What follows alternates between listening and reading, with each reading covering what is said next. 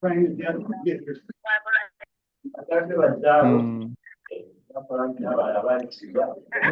Right. That we have organized that I'm a part of. We have a church seal. It says 1889 HSDA. HSDA. Christians of 1889 Historic Seventh-day Adventists. I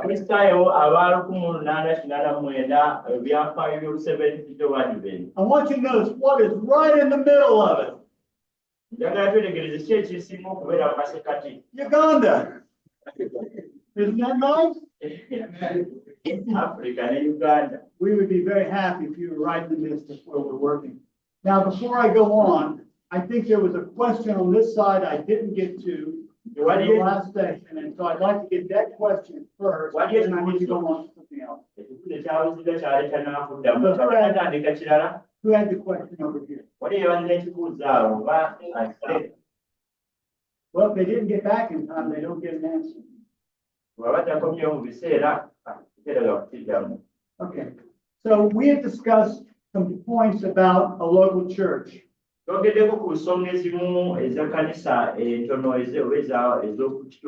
concerning point number 14 we looked at earlier, where we were describing our faith. Again, you can make that however you want as long as it stays with the Bible. Because it's ultimately going to be the Bible, not a statement of fundamentals that we have written out that determine what is true. I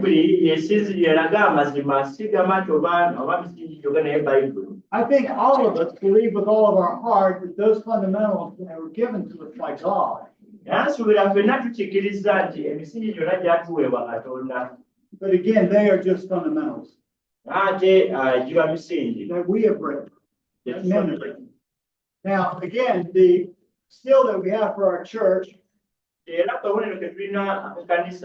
we tried to use a graphic that would show as much of the world as possible. There are a few islands in the middle of the Pacific missing, but most of the rest of the world is there.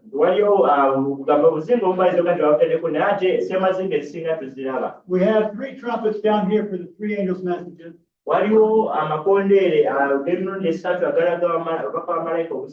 And then another trumpet up here, which is the 4th angel's message, which joins in with the 3rd angel's message of grace, will, and the love of God.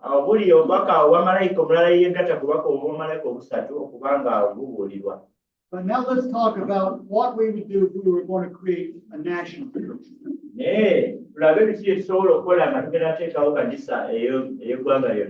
So I'm going to share with you what we in the United States do. And again, this is just a guideline to go by. Now, we didn't talk about a charter before. But a simple charter can lay the groundwork for the bylaws.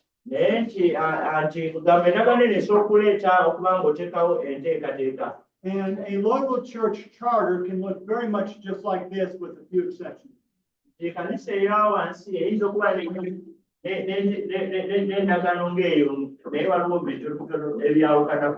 is called the 1889 HSDA Charter.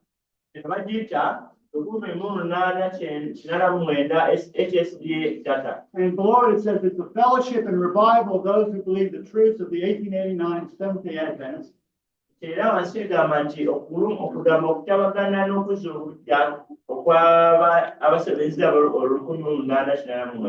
HSDA stands for Historic Seventh-day Adventists.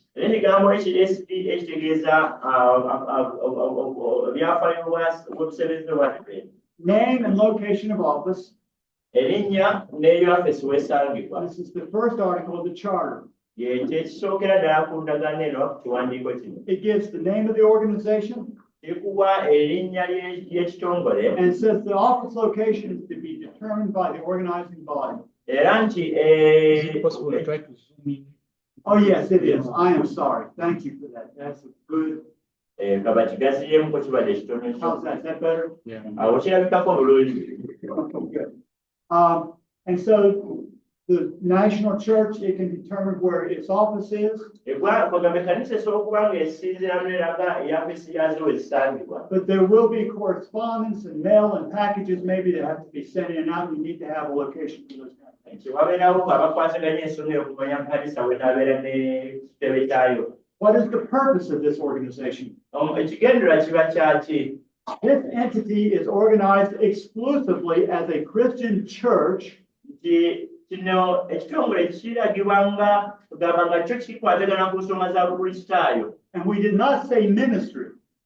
Aye ne tugambye nti buweereza. It is to be a church, a Christian church, Erina kubeera kanisa ey'obukristaayo. to fulfill Christ's great commission to go into all the world to preach the gospel. Okutuukiriza okuyitibwa kwa Kristo okugenda mu nsi zonna okubuulira enjiri. The gospel includes the teachings of the entire Bible, Enjiri erimu okuyigiriza buli kimu ekiri mu Bayibuli. and the Bible is our only rule of faith.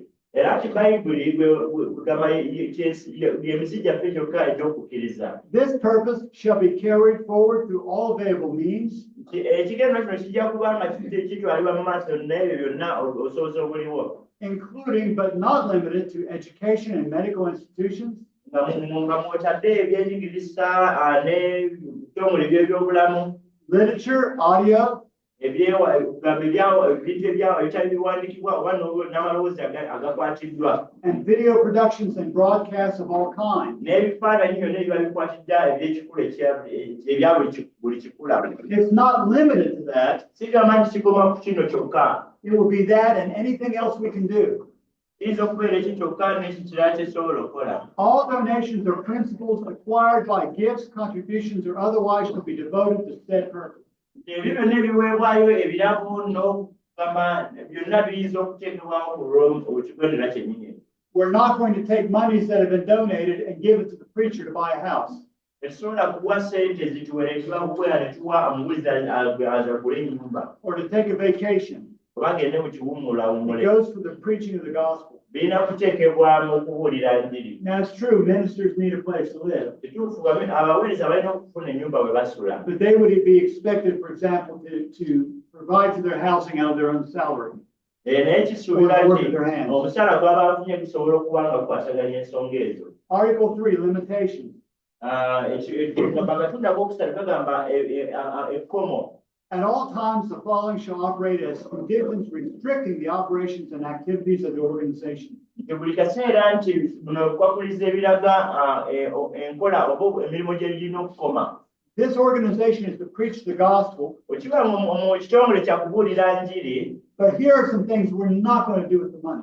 naye wali ebintu ebimu ebitujja kukola kukozesa ssente ezo. No part of the donations this organization receives shall be utilized by any director, officer, or trustee of the organization, Teri katundu ku ssente zino azirina okuba nga zikozesebwa muntu ssekinnoomu mu kitongole, by any council member or committee member, oba omuntu yenna ali mu kakiiko oba mu komiti, or by any private person, oba omuntu ssekinnoomu, except as reasonable compensation for services rendered to the organization, oba nga bali kumuwa agasimbo ku buweereza bwakoze eri ekitongole, or allowed by the organization as a reasonable allowance for authorized expenses, oba nga ekitongole kikkirizibwa mu mateeka mu nkola yakyo nti kumuwa ensaasaanya incurred on behalf of the organization. nga kiteekebwawo ku lw'ekitongole. No one can just go into the treasury and take out money because they want to do something with it. Toyinza genda bugenzi mu ndyango y'ekitongole n'ojjamu ssente olwokuba olina kyoyagala okukola. But if somebody has been called to go somewhere by the church and do a project, maybe like a camp meeting, Naye ng'omuntu wazze ng'ayagala kukola project oba camp meeting,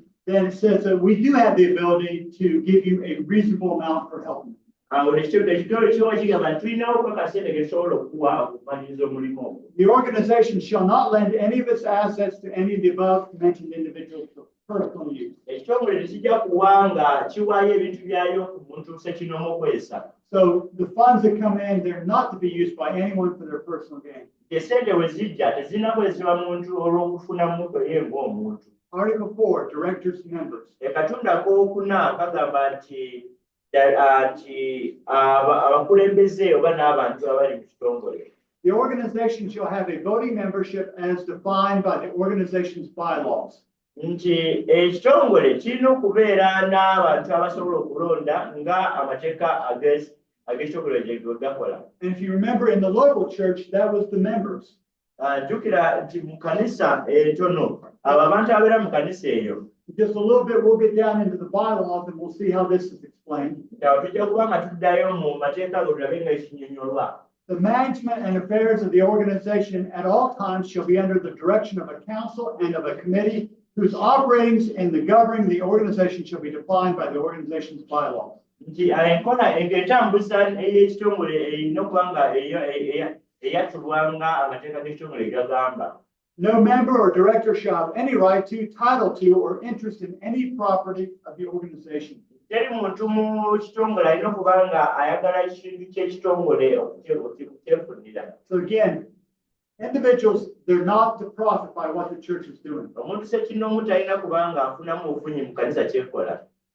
Article 5, debt, obligation, and personal liabilities. Nti amabanja n'ebyo ebibanjibwa omuntu ssekinnoomu. No member, officer, or director of this organization shall be personally liable for the debts or obligations of this organization. Teri muntu ssekinnoomu abeera nga kugamba y'alina okubeera n'okwetika amabanja g'ekitongole. Of any nature whatsoever, Mu ngeri yonna. nor shall any of the property of the members, Oba teri kintu kyonna ky'omuntu ssekinnoomu mu bali mu kitongole. officers, or directors be subject to the payment of the debts or obligations of this Oba organization. nti omuntu ssekinnoomu y'aba alina okusasula ebbanja ery'ekitongole. What that means is Ekyo ekitegeeza that if the organization becomes indebted for something, singa oba ekitongole kibanjibwa, the people who happen to be the officers, you cannot hold them individually responsible. tolina okuba ng'okisa ku muntu ssekinnoomu ali mu kitongole kino nti yabanjibwa. It's the responsibility of the body of the organization. Kugamba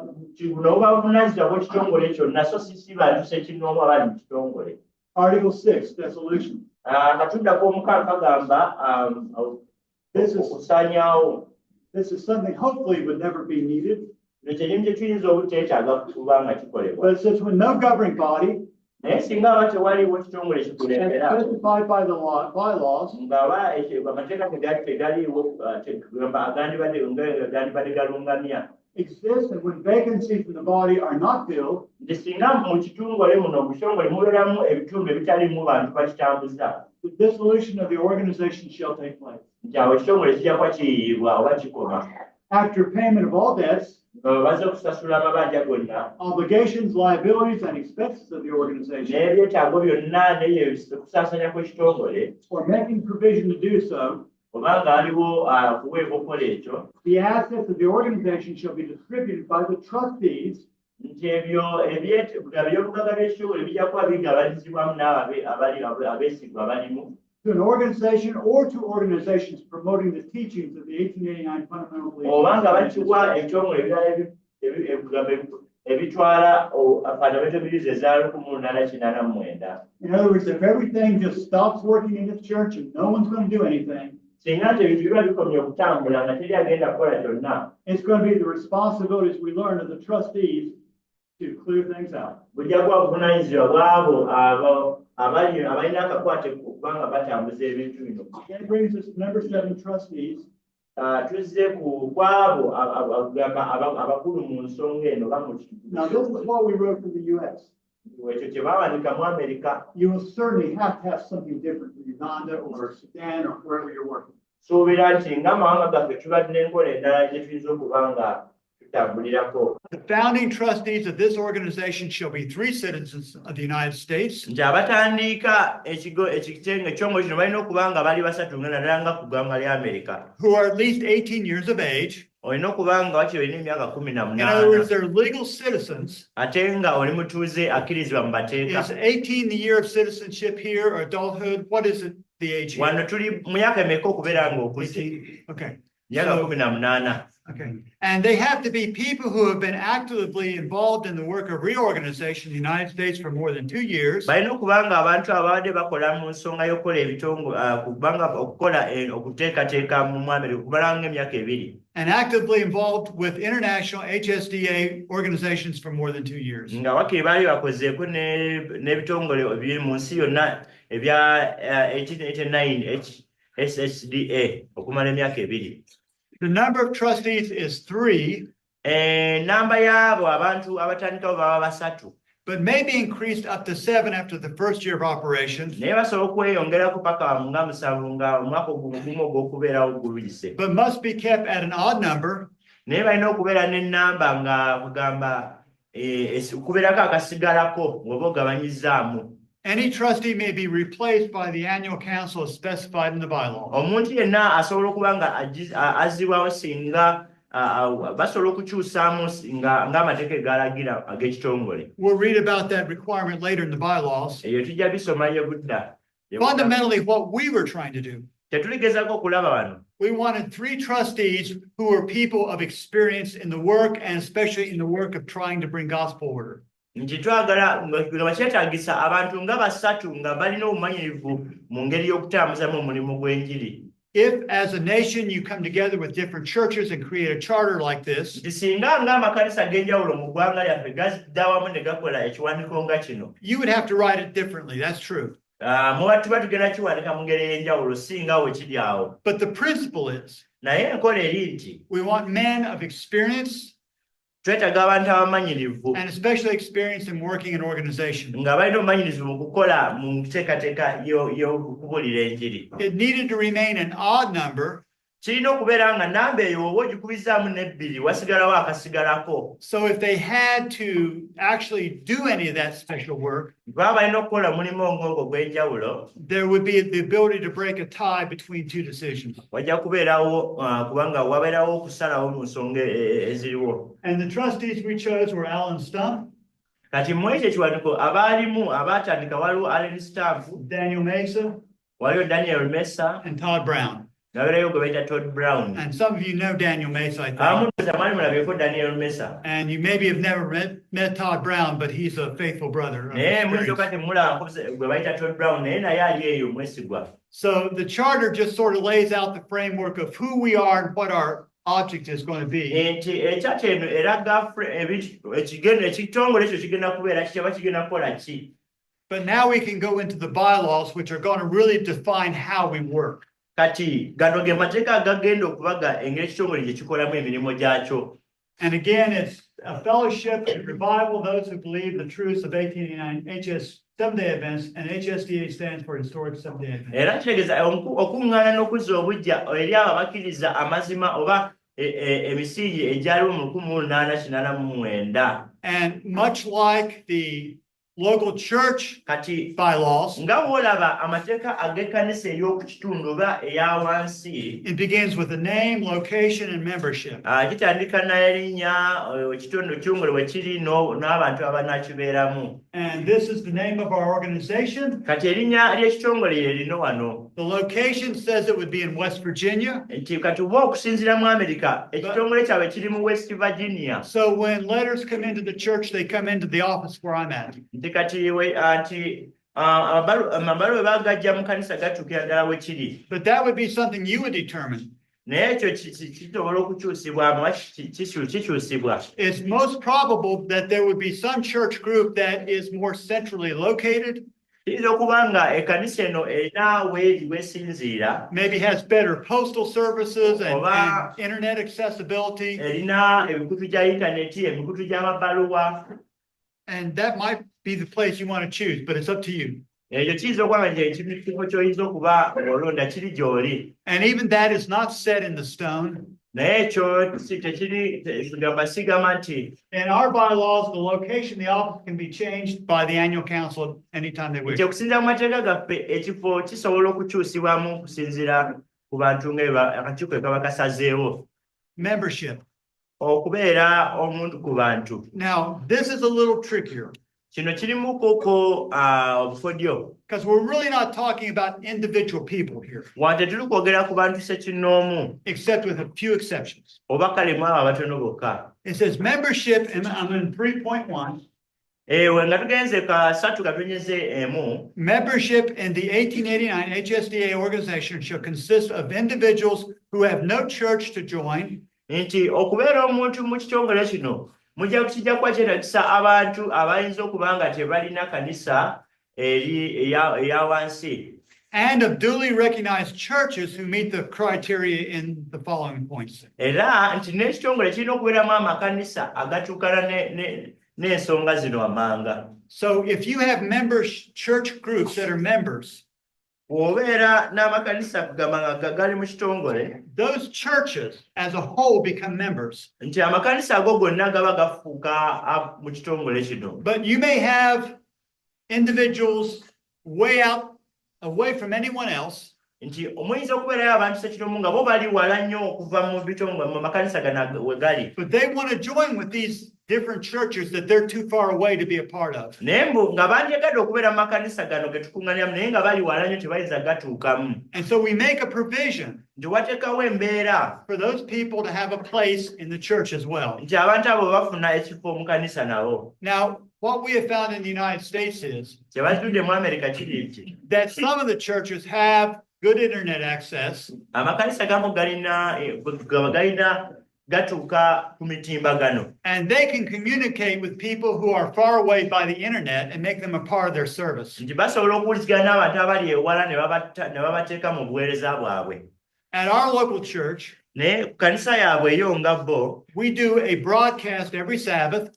buli sabbiiti balina engeri gye bakanyuga ku mutimbagano gwa intaneti. We do a broadcast on Monday night, Bakola omutimbagano ku Monday ekiro, Tuesday night, and Wednesday night, Tuesday ekiro, ne Wednesday ekiro, a Sabbath afternoon broadcast ne ku sabbiiti akawungeezi awo. where we have Bible studies and various kinds of services. Wabeera ne kuyiga ku Bayibuli n'obuweereza obulala obw'enjawulo. And we will have anywhere from 15 to 100 people joining us through the internet. Era babeera n'abantu nga kuva 15 mpaka 10 nga babeegattako ku intaneti. And many of those people we have accepted into membership of our local church because they don't have a local fellowship to go to. Era abantu abo abasinga babakkiriza babeere mu kitongole kubanga tebalina kanisa gye bajja kugendamu okusinzikizaamu. We also have a couple established internet churches that are just groups of people that are far away that get together on the internet as a body together. Era balina n'abantu nga bo bali wala naye nga basinzikiriza ku intaneti oba bateeseza ku intaneti. Let me go to 3.2.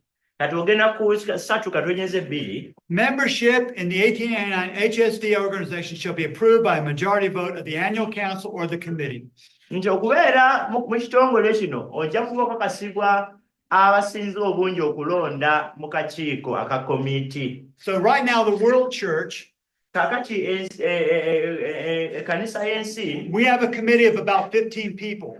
balina akakiiko kalimu abantu 15. And they serve to do the bidding of the annual council, which is a representative of all the churches. Era nti baweereza okuba nga bakiikirira amakanisa gali amalala. And the committee is made up of people from each of the different conferences. Era nti akakiiko kano kakolebwa abantu okuva mu makonferensi ag'enjawulo. So, for example, if Uganda wanted to form a conference, Nti singa Uganda eba eyagadde okukola akakiiko kano, and you petitioned us, asked us to become a part of this national church or world church, obanga kati nga konferensi ya Uganda eyagala kwegatta mu system y'ekanisa y'ensi yonna, it would work the same way that this works. era ejja kukola mu ngeri nga kino bwe kikola. And I'll talk about that later tonight. Tujja kyogerako gye bujja. But right now, within the conference itself, Naye kagano mu kakiiko kano, like the USA conference, kati nga mu Amerika, if konferensi y'omu Amerika, there's a church over here that has been studying and they become one true God,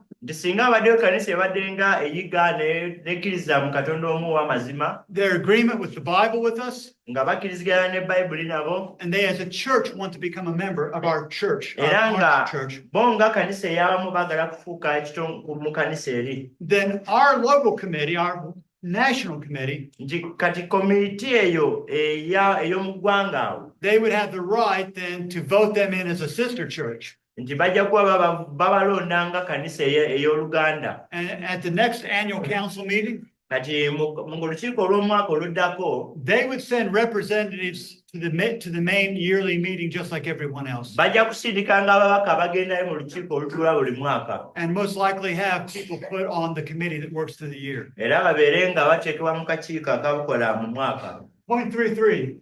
Otugera Katonda kokusatu mu kitu ekyokusatu. Individual members of churches of the 1889 HSDA organization shall be accepted Christ as their personal savior. Nti abantu ssekinomu abali mu kanisa zino balina okuba nga bakkiriza Yesu Kristo ng'omulokozi waabwe. Shall have been baptized. Balina okuba nga babatizibwa. Shall have accepted God's covenant with us to keep the commandments of God and the faith of Jesus. Nga bakkiriza endagaano y'okuba nga bakuuma amateeka Katonda n'okukkiriza kwa Yesu Kristo. And shall be in harmony with the points of faith as summarized in the 1889 fundamentals. Era bajja kuba batambula bumu n'emisingi eza 1889. So the national church, it's not going to allow churches to come in that don't agree with the same things that we ask the local churches to do. Kati ekkanisa y'omu ggwanga tesekkiriza ate makanisa malala gatakkiriziganya na nsonga zino ze tukkiririzaamu. Point 3.4.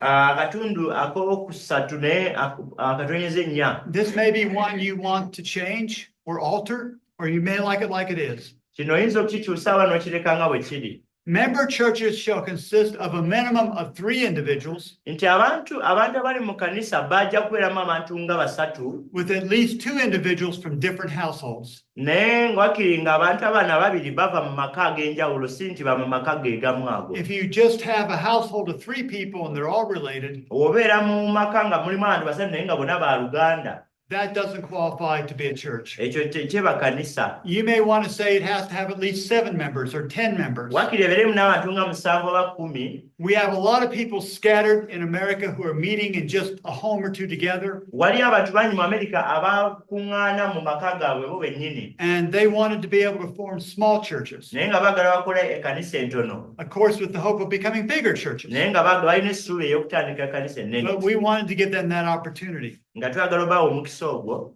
Point 3.5. Point ey'esatu akatonyeza 5. Member churches shall keep a record of the local members. Nti amakanisa agali mu kitongole kino galina okuba nga galina obuwandiike bw'abantu ssekinnoomu abali mu kanisa eyo. Why is that important? Lwaki ekyo kya mugaso? It's important because later on we're going to see Kya mugaso nti tujja kulaba ye bujja. that we're talking about a representative form of government. Nti tuba tulaba obukulembeze obw'obukiise. And for your church to be represented, Nti kanisa yo okubeera ng'ekiikirirwa. you would need to know how many members you have, Ojja kwetaaga okumanya bantu b'olina bali bameka. because representation will be based upon the membership of the church. Kubanga okukiikirirwa kujja kusinziira ku abantu b'olina mu kanisa. If you have a church of only 3 or 4 people, maybe 5 people, Bw'oba olina kanisa ng'erimu abantu 3, 4, 5 oba 6, and they get 1 representative, ne bafunayo omukiise omu. and then you have a church with 100 people, Obanga kale olina kanisa erimu abantu 100, and if they only get 1 representative, naye nga balina omukiise omu. you got a lot of people over here who are really not equally represented. Tulina abantu bangi wano nga kugamba tebakiikirirwa bulungi. And so we're going to read a little bit later Tujja kisoma gye bujjako awo. a method on how you can choose the number of delegates for the churches so that it's fair and systematic. Engeri gy'osobola okufuna abakiise nekiba nga kya bwenkanya era nga kikola. Point 4.1, Eh, conducting business.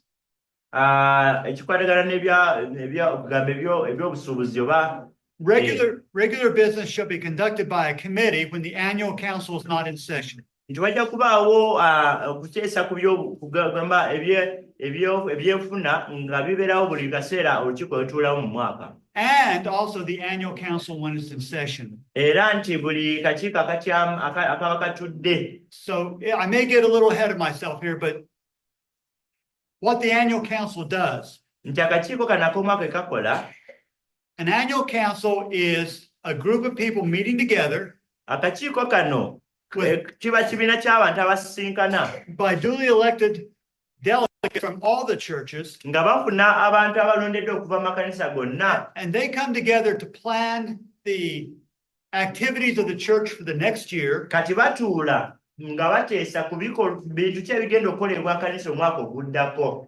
To elect the officers for the next year, Okulonda abanaakulembera ebifo ebyenjawulo omwaka oguddako. and to continue any business that they have time to do. N'okuba nga batwala mu maaso omulimu gwonna gwe bandibadde balina okukola. And then that committee that they have chosen, Era nti akakiiko ke baba balonze they are to meet throughout the year to carry out the plans that the churches have laid for them, balina okuba nga basisinkana omwaka gwonna okuba nga bateeka mu nkola bye bateesa. as well as to adopt new plans and ideas. N'okuteekawo enkola empya n'ebirowoozo ebipya. Special annual council session may be called by the chairman of the committee upon majority vote of the committee. Enkiiko ez'enjawulo ziyinza okuba nga ziyitibwa n'akulimbira akakiiko. The annual council, Akakiiko ak'omwaka. the name annual indicates it's usually once a year. Nti ekigambo annual kitegeeza basinkana omulundi gumu mu mwaka. But if there's felt that there's a need to have another council sooner, Naye singa wabaawo ekirowoozo nti twandibadde tusisinkanako mu kaseera ate akalala. that option is available. Ekyo nakyo ekirowoozo weekiri. But it has to be by a majority vote of the committee. Naye walina okubaawo okulonda mu komiti ate abasinga obungi ne You bakiwa. might have one or two disgruntled people say, Muyinza okuba nga abantu basatu bonna nga bagamba I don't like what's going on. nze saagala kigenda mu maaso. We want to call for another committee meeting. Njagala tutuuze olukiiko olulala. But that wouldn't be fair to the others. Naye kiyinza okuba nga tekikolera balala. So let's talk about this annual council that meets once a year. Katwogereko ku kakiiko kalala katuula omulundi ogumu omwaka. It says the annual council shall meet in the fall of the year Nti akakiiko kalala katuula mu mwaka kajja kutuula mu mwaka at a date and location decided upon by the committee. ennaku z'omwezi n'ekifo kibeere nga kisaliddwawo akakiiko. You may want to do it a different time of the year. If you Muyinza okuba mwagala okukikola mu kaseera ak'enjawulo ak'omwaka. This is a time of the year that works well for everybody in the United States. Kino kye kiseera eky'omwaka nga kye kikolera buli muntu ali mu Amerika. But you may not want to do it during the rainy season. You may want to do it when the weather is good. Muyinza okuba nga temwagala kukola ng'enkuba etonnya, muyinza okuba mwagala okikola nga akasana kaaka bulungi. So who's going to be in this annual council? Baani abeera mu kakiiko kano akatuula mu mwaka. 5:2 begins the discussion. Wano batugamba nti akatunda kokutano akatonyeza ebiri kagamba. It says the annual council shall be composed of representatives of the individual member churches as follows. Nti akakiiko kano kajja kubeeramu abo abakiikiridde abantu ssekinu mu makanisa nga bwe kiri wano. Each church shall send a representative for every 10 members. Nti buli kanisa ejja kuba etwala omukiise ng'akiikira abantu 10, with an additional representative to be chosen if at least 5 members remain unrepresented. Nti bongereko omuntu omulala singa wasigaddeyo abantu 5 naye nga tebalina abakiikiridde. So according to this plan, Okusinziira ku nteekateeka eno, and that's just this plan, mu nteekateeka eno you can make up your own plan. Mukisobola okukola enteekateeka yaffe. But it says if you have 10 members, you get 1 delegate. Ekitegeeza nti obeera n'abantu 10 mu kanisa eyo muwa mutwala omukiise omu. If you have 11 members, you still get 1 delegate. Oba nga mulina abantu 11 mutwala era omuntu omu. But if you have, it says an additional 5 members. Naye singa wabeerayo abalala 5 abeeyongerako. So if you have 15 members, you can have 2 delegates. Bw'obeera abantu 15 muwa musobola okutwala abakiise 2. If you still have 20 members, you still get 2 delegates. Naye nawe mubeera 20 kitegeeza era abakiise 2. If you have 24 members, you're still in 2 delegates. Ewebeera nga muli 24 era mubeera abakiise 2 kubanga tebabeera 5. But at 25 members, it would go to 3 delegates. Naye babeera 25 kitegeeza muba mutuuka n'okuweereza abantu 3. But then it says the maximum representation of a church may send is 5. Naye ate abantu kanisa besobola okusindika abasukka oba abasinga obungi balina kubeera 5. And this is to safeguard the smaller churches Kino kiba kyakukuuma amakanisa amatono from the influence of one larger church. okubanga efugibwa ekanisa eryo olwokuba yerina abantu bangi. Maybe we had 8 or 10 very small churches, Oba tubadde n'obukanisa obulala bulinga 8 nga butinitini, but we have one big church naye tulina ekanisa endala yerina abantu bangi and it has more members than all the little churches era together. nga yo erina abantu bangi okusinga buli obukanisa obutono. If a limit is not set, Singa tewateekawo ofukomo, that one church could control the whole conference. nti ekanisa eri ennene eba egenda kufuga kugamba ekitundu kyonna. And so for right now, we have set that to be 5. Kati ku nsonga ne tuba tugambye nti babeere 5 bokka. It says the pastor of church cannot be a representative of the local church. Nti omusumba w'ekkanisa tayinza kukiikirira kanisa eyo ey'awaka oba eyawansi. Part B, the representative shall supply written evidence of their election to the annual council. Nti bano abazze okukiikirira balina okuba n'obukakafu obuwandiike nti baabalonda eyo gye bavudde. I just can't show up and say, hey, I'm a delegate. Toyinza kubeera nga nze nno nze akiikiridde ab'eggundi. You need proof that you're a delegate. Olina okuba n'ekiwandiiko ekigaa nti nze bano tebansaamu It obwesige. safeguards someone else coming in as a false delegate. Kikuuma okuba nga omufeero ayinza okuva eno eyeenyigawo n'ateesa ebitaliiyo. Point 5.3, delegates at large. Nti akatundu aka 5 katonyeza 3 kagamba nti kugamba abakiise mu bunene kati mu bugazi. Ordained or duly recognized ministers of the local churches shall be annual council delegates at large. Nti abalondebwa oba abasibwako emikono abaweereza abasibwako emikono be balina okubeera abatula ku kakiiko ako ak'abakiise. I don't know if you have anyone you actually recognize as a pastor at this point. Maybe you do. Maybe you have several. I don't know. Tusobola okulaba nga pastor mu kaseera kano tuyinza nga tumulina. And you may or may not want something like this in your bylaws. I don't know. Oyinza okuba nga tuyinza okuba nga tetwagala nsonga ng'eyo. Tamanyi. In the United States, we believe that there are men who have been ordained and have been working for a long time. They're recognized as ministers. Tumanyi nti mu Amerika wali abantu abayinza okuba nga bakoze ebbanga ddene basibwako amakono era babadde baweereza. And we believe that their counsel is helpful. Era nga tukkiriza nti amagezi gaabwe gaba gayamba. And they shouldn't be there to outvote the laity, but they should be there to help. Balina okubaayo nga bayambako. Also, the outgoing committee members shall be annual council delegates at large. Nti era n'abo abali kufuluma kugamba ng'ebbanga lyabwe liwedeko ery'okutula kakiiko bajja kubanga nabo babeerayo nga bakiikirirwa. So the people who had been delegates the prior year, they can be delegates the following year at large. Nti abantu abo abaali babaddeko mu kakiiko omwaka guli nabo basobola okujja ne bakiika mu lukiiko oluddako. And a certain rationale or reason for that is Era ensonga ya kino eri nti they've been working with the church for the last year in all the plans and programs. nti baali bakola n'ekkanisa mu nteekateeka ezaayita. And they may or may not be chosen to be part of the committee for the next year. Bayinza okuba nga tebalondeddwa kubeera mu kakiiko akapya. But they can give good counsel to whoever will be. Okubeerawo kwabwe kuyamba okuba nga balungamya mu ngeri gye batambuzamu omwaka guli. Because they will know what has been going on in detail. Kubanga bo baali bamanyi ebyali bigenda mu maaso mu nteekateeka y'ekkanisa. Point 54. Akatundu akakutaano katonyeze nya. The annual council shall be chaired by the outgoing chairperson of the committee until the chairperson for the new year is elected. Nti akakiiko kano ak'omwaka guno kajja okukulemberwa oyo chairman omukadde ali kugenda okuvaako paka nga balonze chairman omupya agenda otambuza akakiiko. You know, we discussed in a local church who would chair the meetings, the business meetings. Twayogedde mu kanisa entono ani anaatambuza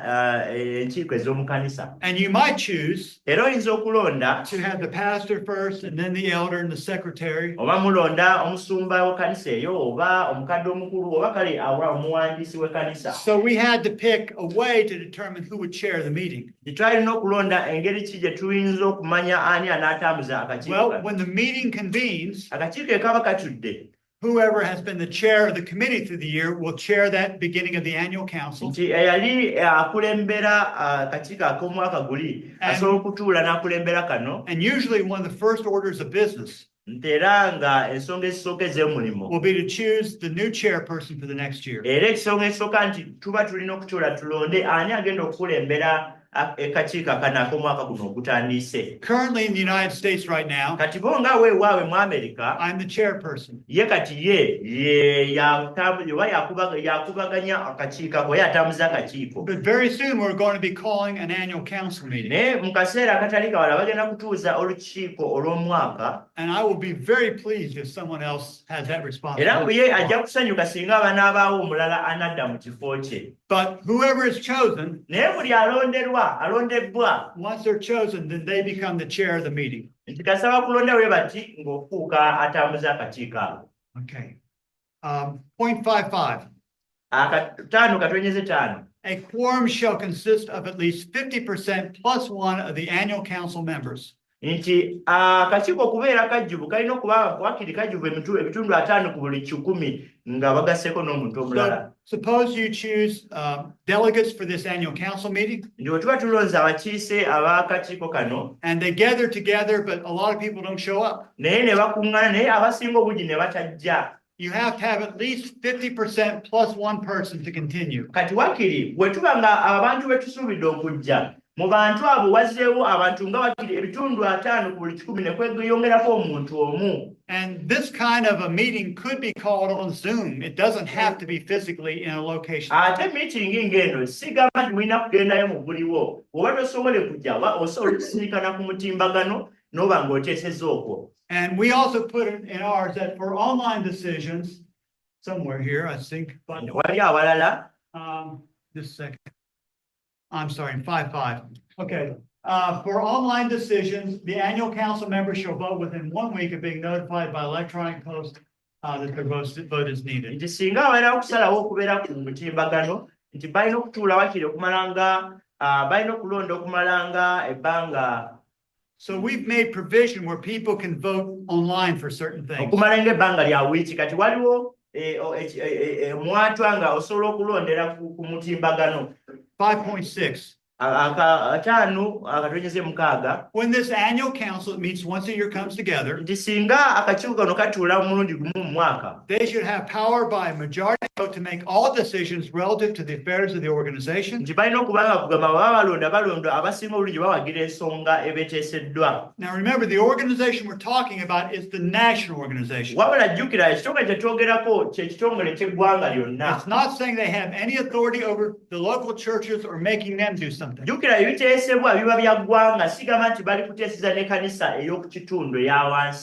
they will make all decisions relative to the affairs of the organization, including acquiring, buying, or selling properties, accepting or rejecting requests of membership in the organization, hiring gospel workers, secretaries, or any other office staff that might be needed. It'll have power to disperse funds for any purpose it deems necessary that is in harmony with the mission as stated in its charter. It'll have the power to make contracts, to organize meetings, to organize institutions for education, health, or other needs to meet its mission. Its power shall not be limited to promote the mission of the organization stated in its charter,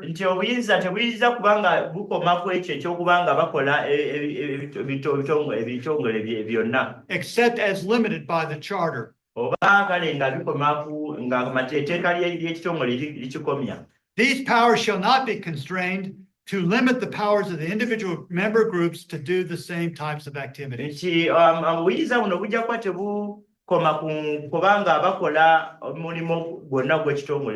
So the church decides it wants to build a sanitarium. When I say the church, I mean the national church. We want to work together with all the local churches to pool our resources to build a sanitarium.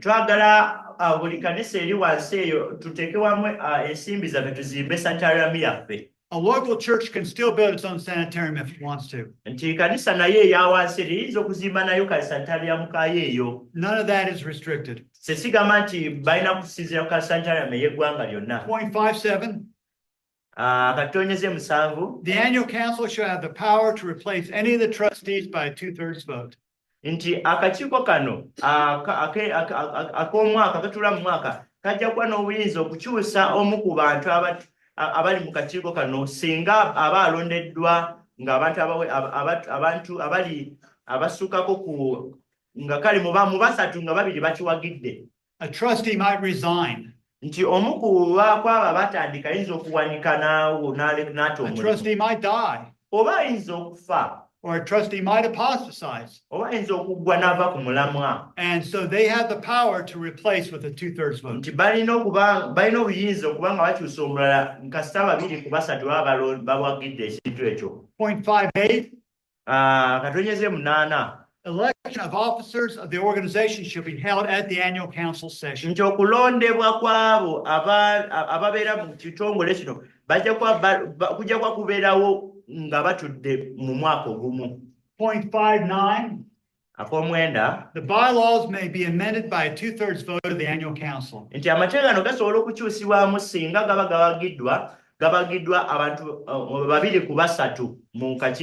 So again, they're not set in stone. They can Era be changed, bino bisobola okukyusibwa. but I don't recommend it to be easy to change. Wabula si kirungi eteeka kubeera nga lyangu okukyusibwa. Give what you do a trial first to make sure it's going to work or not. Musooka ne mukigeza ne mulaba bati. So that's the annual council. It meets once a year. Ko ke kakiiko katuula mulundi gumu omwaka. But they choose a committee. Naye balonda akakiiko. And the work of the committee is to carry out those plans that they've made for the year, as well as any new additional plans that come up. Omulimo gwa kakiiko kano abantu abali mu kakiiko kano kwe kutambuza ebyo ebiteeseddwa mu lukiiko lwatuula. And so the committee members will be those who have been determined by the annual council and shall include the officers of the organization. Nti abo abatuula mu kakiiko kano balina okubeera abantu nga bamalirivu ng'era batuula mu kakiiko kano nga mwe muli n'abo abali mu kitongole. We're going to be talking down here about the officers in a minute. Tugenda kwogerako wano ababeera n'ebivunaanyizibwa. But the annual council would automatically have those people as officers plus other people that they wish to select. Naye nti ejja kuba ebeera n'abantu abalala beeyinza okuba nga eyagala okulonda. And right now in these bylaws, Kati wakakati wano mu mateeka gano, that is up to the annual council to decide the number. We don't have a number that has to be. tekisizira kuba akakiiko okusalawo omuwendo gw'abantu tewali nnyo. The more people that you have in your conference, Abantu gye bakoma okubeera mu konferensi yammwe, the more people you probably want on your committee. kyekyomu okwetaaga abantu mujja okubeera nabo ku komiiti. But if it gets too big, then it becomes hard to get much done. Naye wegamba omuwendo gubeera omunene nnyo kikalubamu kaawo. It says our committee shall meet at least quarterly. Nti akagwemba komiti yaffe ejja kusisinkana nga bakiri mirundi ena buli mwaka. In reality, we do meet every month. Mu mazima basisinkana buli mwezi.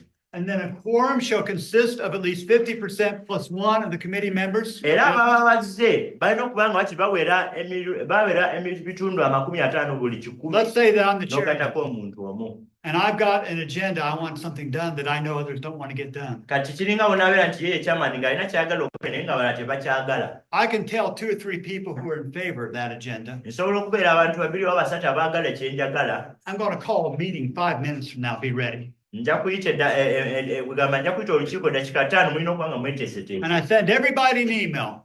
Era n'asindikira buli omu emessage. We're going to meet in 5 minutes. Be there. Tugenda kusisinkana mu dakika 5 mujje mubeewo. I may not check my email for hours. Nyinza okumala ebbanga nga essaawa eziwerako nga situnula mu email yange. But me and a couple of my friends, we're there now. Naye kati nawabeerayo emikono gyabo nga baliwo. And so we're just going to vote all the business that we want to do. Awo tuba tujja kuba tulonda buli kye twagala kubanga bano bazze. Now, of course, that would never be fair to do something like that. Awo tekiba fair nti nga balala tebabaddewo okuteesa mwe ne muyisa ekintu. But assuring that you have a quorum Naye mukakasa nti mubeera n'omuwendo gw'abantu ababa bazze. of at least the majority of the people helps prevent something like that from happening. Abantu babeere nga abantu balina okubeera nga bangi okuba nga bataasa embeera eyo okubeera. So that decisions made are not representative of just a few.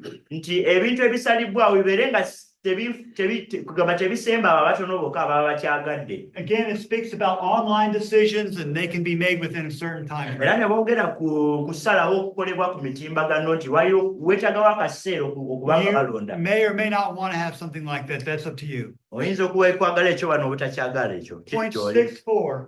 Akatundu k'omukaaga katonyeza ennya. This organization has the right to recognize and approve faithful self-supporting ministries which work parallel to the purposes and goals of the Nti organization. ekitongole kino kirina eddembe okuba nga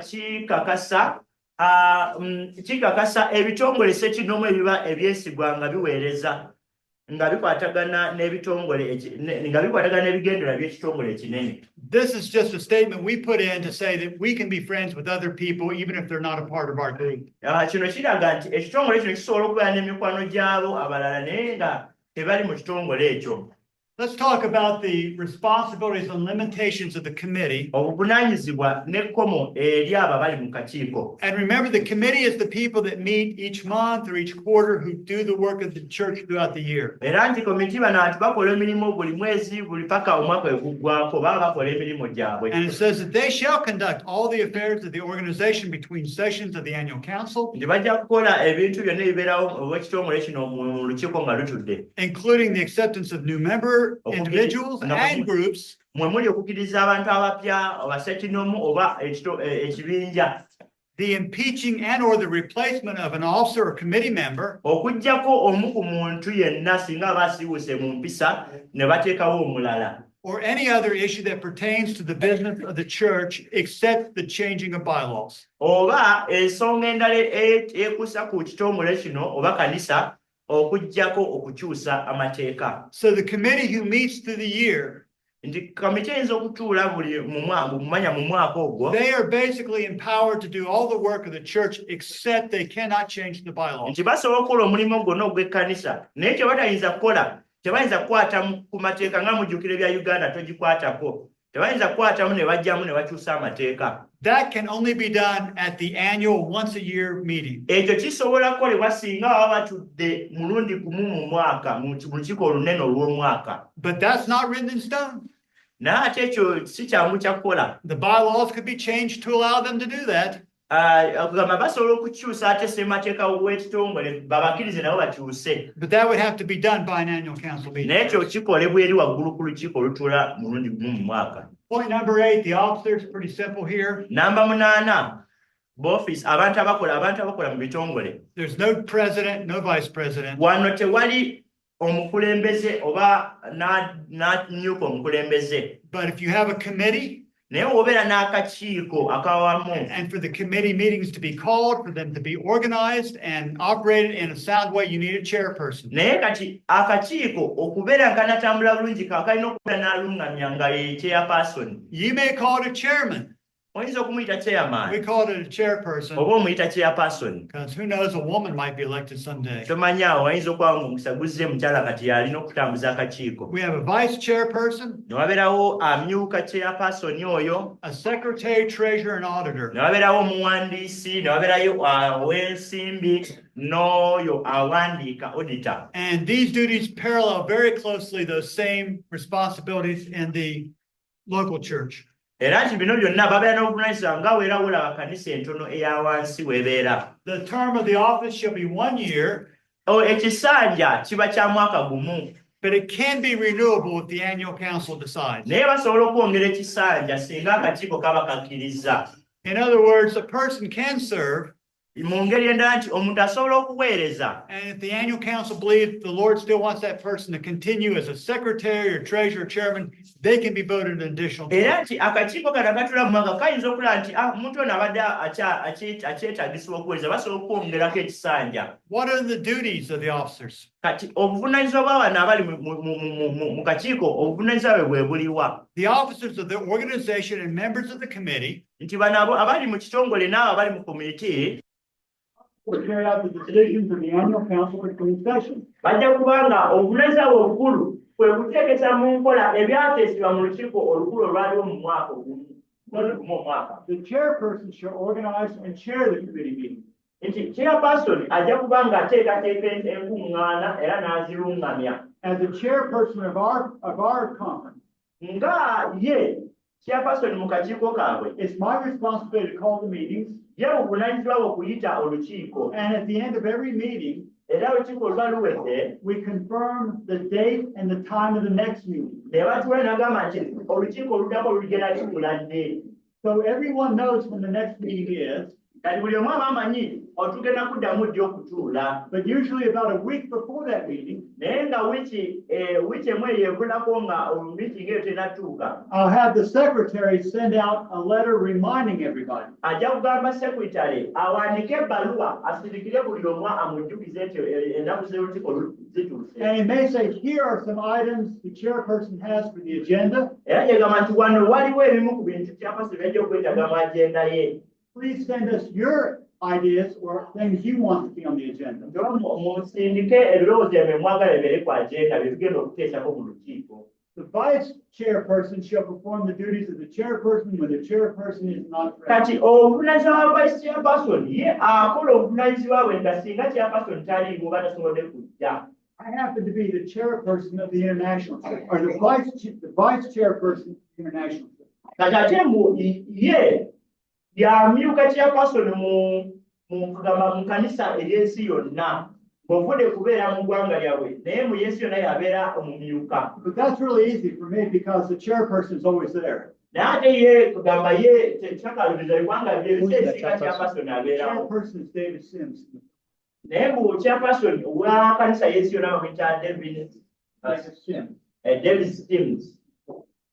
The secretary Kati omuwandiisi shall keep and submit reports on the following: ye ajja kuba akola report ku nsonga zino wamanga. member group names, Abantu abali mu group amannya gaabwe, the names of the committee members amannya gaabo abali ku kakiiko, and of the annual council members, n'abo abali mu kakiiko akatula mu mwaka. the names of the organizational officers, Amannya gaabo abali mu bitongole.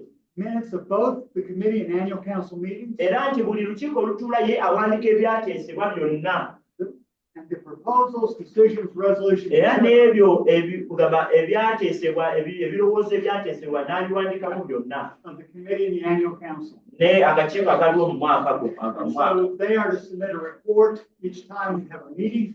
era awandiika lipooti buli wa meeting lwebeerawo. They will say who was present at the last meeting. Agamba ni yali akulembera mu meeting eyayita. They'll go over the old business that was discussed. They'll list out the new business. Ne bateekawo omulimu omupya. Any of the motions or resolutions that were made are listed in those minutes. Era byonna ebyayogerwako ebyatuukibwako biwandiika mu biwandiiko ebyo. And then we will either approve or ask for correction of those. Era oba ebyo ebyawandiikibwa ne babikakasa oba nagamba wano weetaaga okutereezebwamu. So the secretary is just what you would think of as a secretary, someone who keeps the record. Kati ng'ekimanyi ekigambo secretary mukimanyi kyekitegeeza mwena mwali mukiwulire akuuma awandiika ebiwandiiko n'abitereka. The treasurer shall submit a report at each regular committee or annual council meeting. Nti ono treasurer oba ow'endyanga ajja kufulumya lipooti buli meeting lw'ebeerawo. And whenever asked by the committee chairperson or the annual council chairperson. Era nti buli bamubuuza oba chairperson n'amubuuza alage lipooti afulumya lipooti okulaga naddala ebyensimbi. The treasurer shall assist the auditor to educate treasurers of local churches concerning the maintaining of profit financial accounts. Nti treasurer omulimu gwate omulala ayambako batreasurer abanna abalala mu kanisa entono okubayamba engeri gye basaasaanyamu ensimbi oba engeri gye bayitaka twasaganyamu ebyensimbi mu kanisa. We'll get to funding in just a little bit. Tulikizula nti But let's just say you have 10 churches. kati katulabe oba tulina kanisa nga 10. So those 10 churches are all contributing something to the organization itself to help. Kati nga ekitongole kanisa eziba nga ziri 10 nga ziri mu kitongole kino, buli kanisa ezentono zibaako akatundu ke baweereza okuba nga bakwasaganya ekitongole ky'eggwanga. And the auditors to go through the books of the church, the national church, to make sure everything's correct. Era okubanga bakakasa nti ekanisa buli kimu kigenda bulungi. Okay, funding, let's go to funding. Okuteekamu ensimbi. This is a delicate issue. Kati ensonga eno yo I know that. si nnyangu. In the United States, Mu Amerika ewaabwe I want to give you some background so you can understand what we have done. njagala tugabane mumanye ffe tubadde tutuuseewa. But I think what has happened in the United States has probably been similar to what's happened here and everywhere else in the world. Naye ensulo ebibadde mu Amerika era bifaananako n'ebino ebibaddeko wano ne mu bitundu ebirala eby'ensi. Those who have been members of the mainline church Abaali mu kanisa eri gye twavaamu and they've accepted the truth about God, ne bategeera amazima Katonda. you know, they've been put out of churches, they've been treated terribly at times. Baali babagoba mu makanisa ne babayisa bubi nnyo. But as long as you were in the church, they were still asking for your money. N'ate bw'oba ng'ali mu kanisa era bajja kusigala babanja akasente ako. And so we wrote this a little different than some of the other companies. Naye kati kyawandiikwako mu ngeri y'enjawulo nga obukiiko obulala. Church members are encouraged to systematically return the collected tithes to this organization. Ati abantu b'omu kanisa baweebwa amagezi okubanga bassa ebitundu by'ekumi ku kitongole kino. Above that, which is used in supporting their own gospel workers, Nti kino nga zikozesebwa okuba nga ziwagira omulimu gw'enjiri. or to make arrangements with the committee to give as they are able. Oba okukola enteekateeka n'akakiiko okuba nga bawaayo nga bwe basobola. So let me explain that a little simpler. Angezeeko kukinyonyola kibeere kyangu. We have a local church, state has 10 people, Tulina akakanisa akawansi kalina abantu banga 10 or maybe 10 people who can return a tithe. oba abantu 10 be basobola okukola ekitundu ky'ekumi. Maybe they're supporting a Bible worker oba balina gwe lwagiranga mu mukozi wa bayibuli or a medical missionary worker or a pastor. oba nga mujjanjabi oba nga musumba And maybe they need all of that money to do that. oba beetaaga sente ezo n'okukola ekyo You say, that's okay. bajagamba akale tekirina busa So what we're saying is, if you have any extra beyond that, naye gamba nti singa obeerawo kasente akaba kafiseewo we encourage you to send it on to our company.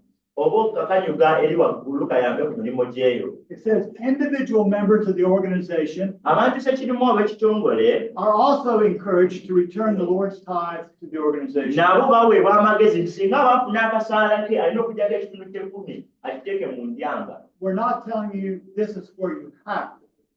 naye tebaligamba nti ebitundu by'ekkumi mugenda bikanyuga eyo I would agree that you need to return. naye ate ebitundu by'ekkumi birina okuba nga bizzibwayo mu bwesigwa You cannot be in harmony with God unless you do that. tosobola kubeera wamu na katonda kugyamu mu buze buno buyize What we're saying is it doesn't have to be us.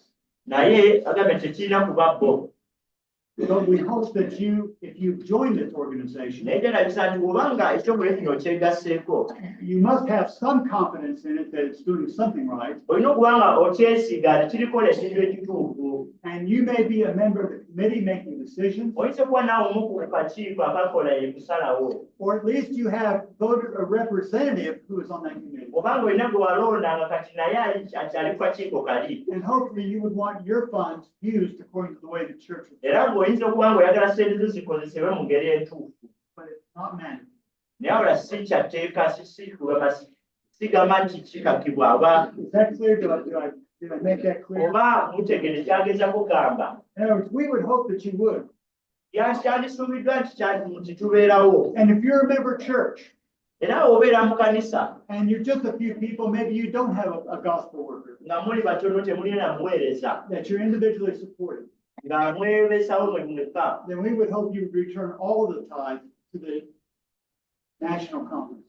tuba tusuubira nti ebitundu by'ekkumi byonna bibe nga bidda ku conference Now, you may want to do all this very differently from Uganda. twandegere tukole twandegere tukole ebintu bino mu ngeri ey'enjawulo You have that right to set it up however you see best. mulina eddembe okukola nga muteekateeka ngeri gye muyinza okitegeera You may want to encourage everyone to send their money to a central position or central place, and then it be distributed to the different gospel workers, medical missionary workers. oba muyinza okuba nga muyinza okwagala nti esente zino tuziteeka eri balyoke bazigabanyemu bagabire abaweereza bonna ngeri gye baba bamanyikiddwa That will be your decision, okwo kuba kusalawo kwaffe not mine, si kukwe but that's yours. Number 9.2.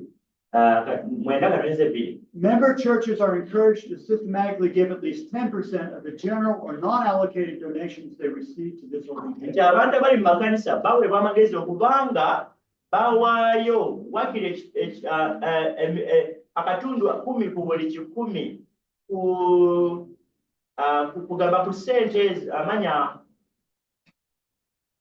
ku gundi ze baba bafunye mu kitongole Notice it says they're encouraged. bagamba ekigambo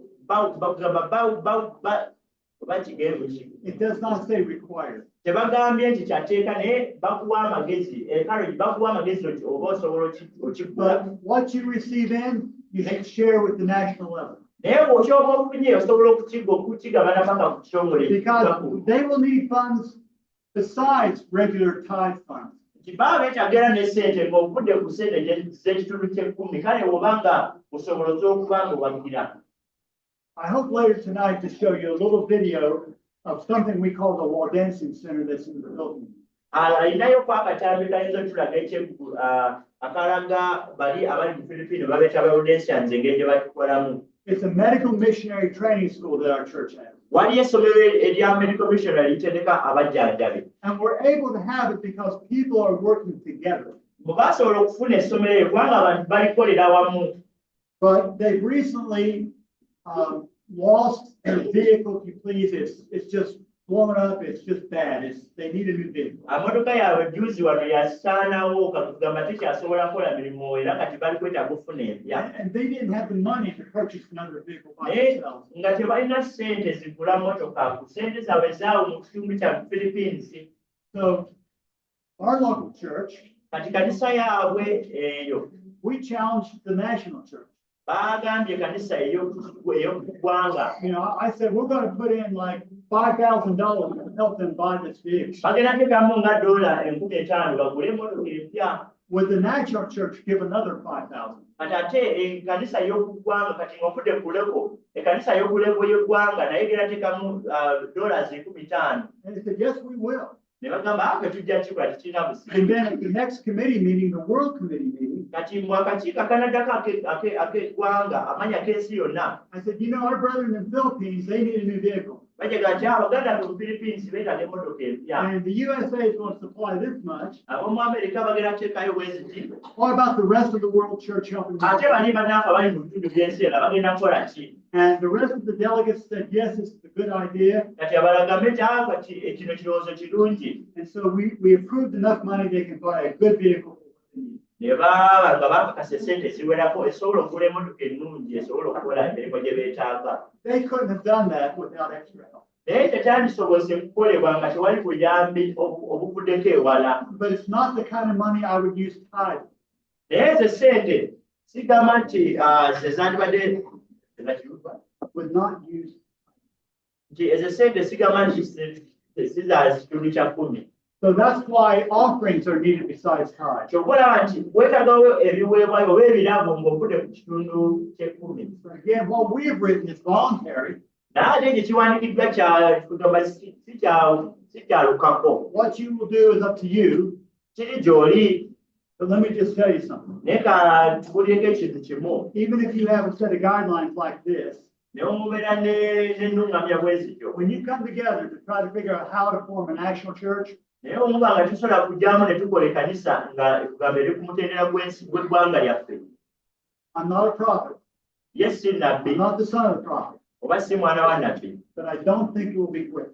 Naye sisuubira nga bijja kuba byangu. Based upon what we have done, what others have done, it takes some time to do this. Okusinziira ku bo bye bayiseemu kitwalira ddala ekiseera kutuuka ku mutendero. But if you take some time to try to work out something that you believe works for everybody as much as possible, Naye singa tusaayo obudde ne tuba nga tukola ekintu kye tumanyi kijja kugasa buli omu. that is fair and works in an equitable way for all, then you will be glad you took the time. Nga kigamba kiri feya kikolera buli muntu awo kijja kwetagako akaseera. So let's talk about this fellowship and impeachment. Tulabe okugobebwa oba okujja omuntu ku buyinza oba ku ofiisi gy'abaliko. There has to be a way to safeguard the church against apostasy, heresy, and dishonesty. Kati waliwo okubeerawo engeri y'okukuuma ekkanisa okuva ku bwekuusa oba obutaba bwesigwa omuntu singa aba atiibudde mu mpisa. So most of the member churches members we're talking about here are whole churches. Kati abantu bali kwogerako wano bantu abali mu makanisa. We're not talking about the national church having the right to go into any individual church and disfellowship or do anything to an individual member. Tebagamba nti ekkanisa ku mutendero gw'eggwanga egende eyingire mu nsonga ez'ekkanisa entono eya wansi egambe nti ono aveeko agobebwe. Individual church membership is always dealt with by individual local churches. Kati mbu okubeera omuntu mu kkanisa ey'oku kitundu kyo ekyo ensonga ezo zikwasaganyizibwa ekkanisa ey'oku kitundu ekya wansi. With one exception. Okuggyako ensonga If emu. a person is a member of the national church, Okujja ku muntu oyo bw'abeera nga ali memba w'ekkanisa y'eggwanga but they're not a member of a local church because there is no local church. nga tali memba w'ekkanisa ey'oku kyalo kubanga nga batugambye wali nti omuntu ayinza okuba nga gy'ali tasobola kufuna abanne basinza nabo mu kkanisa eriroko. Then the national church can deal with discipline if necessary. Kati awo national church esobola okuba nga ekwasaganya empisa ku muntu oyo. And if a whole church group is in apostasy for some reason, then they can deal with that. Oba singa ekkanisa yonna kkanisa yonna ekitundu evudde ku bulamu awo national church wesobola okuyinga nga naye ekkanisa y'eginja 10.1. Katundu 10 katonezeemu. Individual members of the organization may be disfellowshipped by a 2/3 vote of the committee for open sin. Nti omuntu sekinnoomu mu kanisa omwo asobola okugobebwa singa abantu 2 ku 3 baba balonze ne bawagira ensonga eyo naddala ku kibi eky'olwatu. But this is only after the committee has followed the guidelines of Matthew 18. Naye kino kiri ku nti akakiiko kalina okuba kagoberedde enteekateeka eziri mu Matayo ensula y'e18. Individual members of the member church entity Nti abantu se kiri mu kanisa n'abantu abalala mu kanisa shall only be disfellowshipped by the church wherein they hold membership. balina okugobebwa mu kanisa omwo mubadde ogamba obuwandiike bwabwe. After the church has followed the guidelines of Matthew 18. Nga kanisa emaze okugoberera enteekateeka oba okulungamizibwa kwa Matayo So this 18. number 10-2 here, Kati namba 10 katoneze 2 it really isn't necessary in one sense. Olise kyetaagisibwa mu ngeri emu. Because the national church has not been given the right to disfellowship anyone in an individual church. Kubanga kanisa ey'okuggwanga terina n'olukusa kugoba muntu ali mu kanisa eya wansi ey'okukitundu. But this has been written into it just to clarify that point so no one would misunderstand that. Kino kyawandiikibwa okubanga kiraga omuntu aleme kukitegeera oba kukitegeera bukyamu. Member churches Amakanisa ga member may also be expelled from this organization by a 2/3 vote of the annual council. kati ng'ebigambo nti ekitongole olisiba n'amakanisa agaba gakirimu nti ekkanisa ennamba esobola okugobebwa oba okuggibwamu mu kitongole kino. What happens if N'abantu nga bagironze nga bakiri bawera abantu ekitundu 2 ku 3.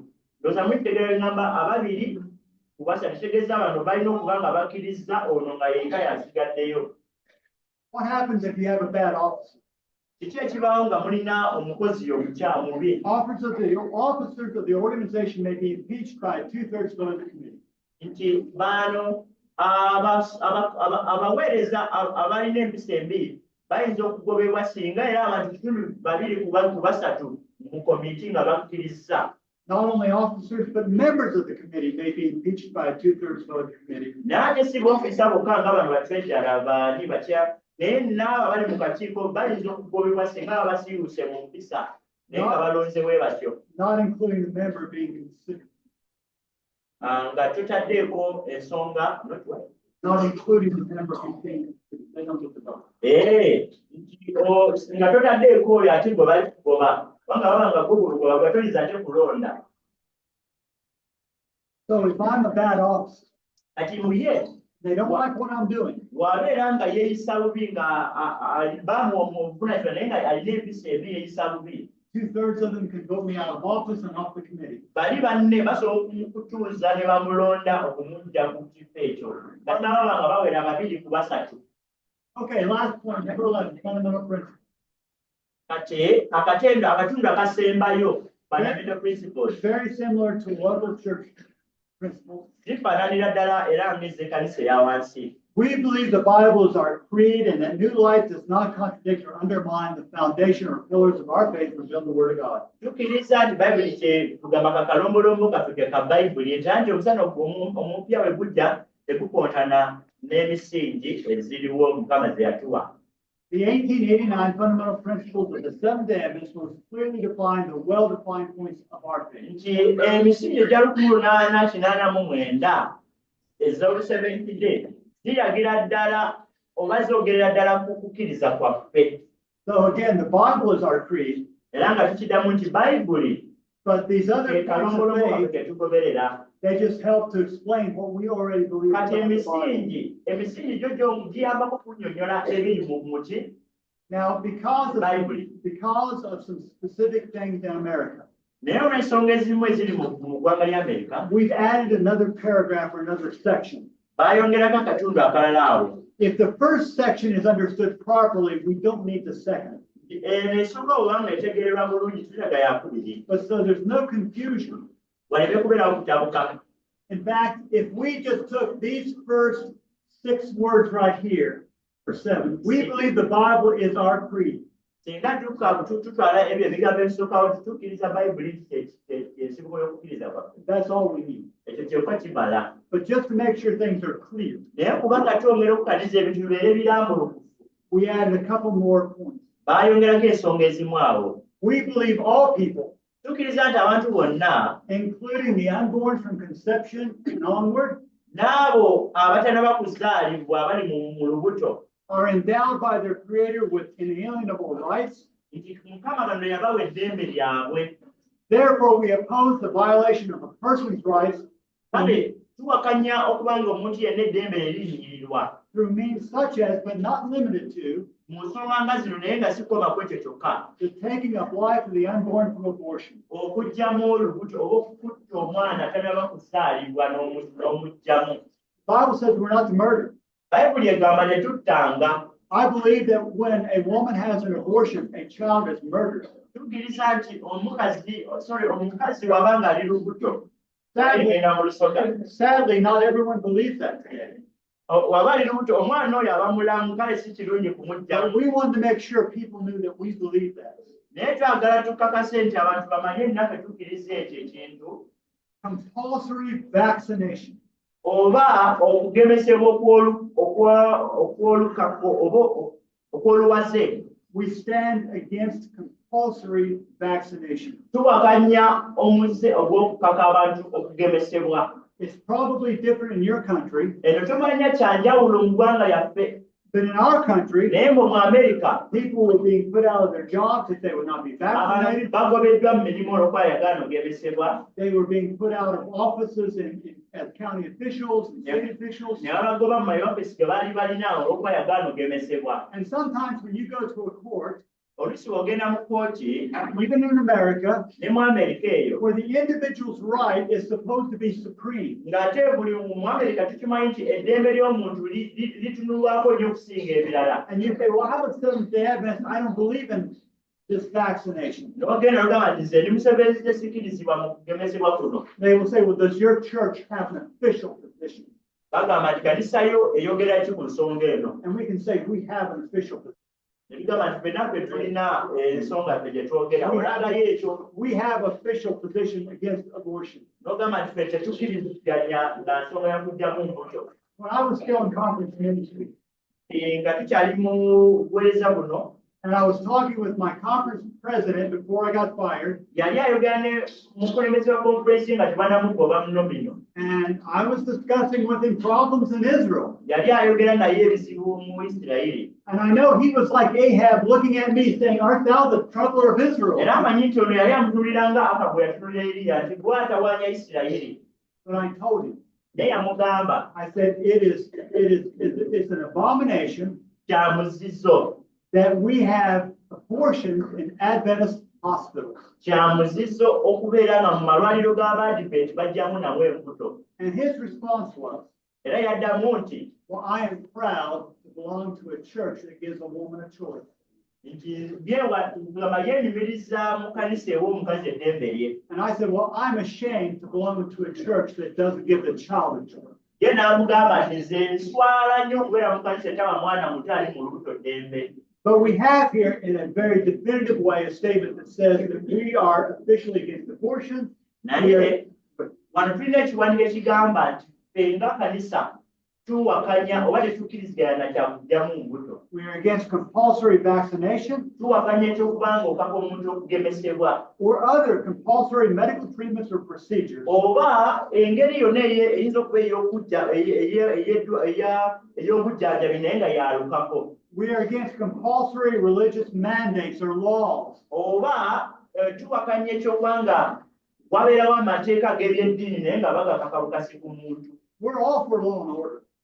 We Ffenna believe in law and order. tukkiriza mu kugondera amateeka n'obutebenkevu. We believe in faith, Tukkiriza mu kukkiriza. but not compulsory laws that deal with faith, Naye si kukaka muntu akkirize ky'atakkiriziganya nakyo. as well as the compulsory taking of life in military service. Oba okukaka okuggyawo obulamu mu buweereza bw'amagye.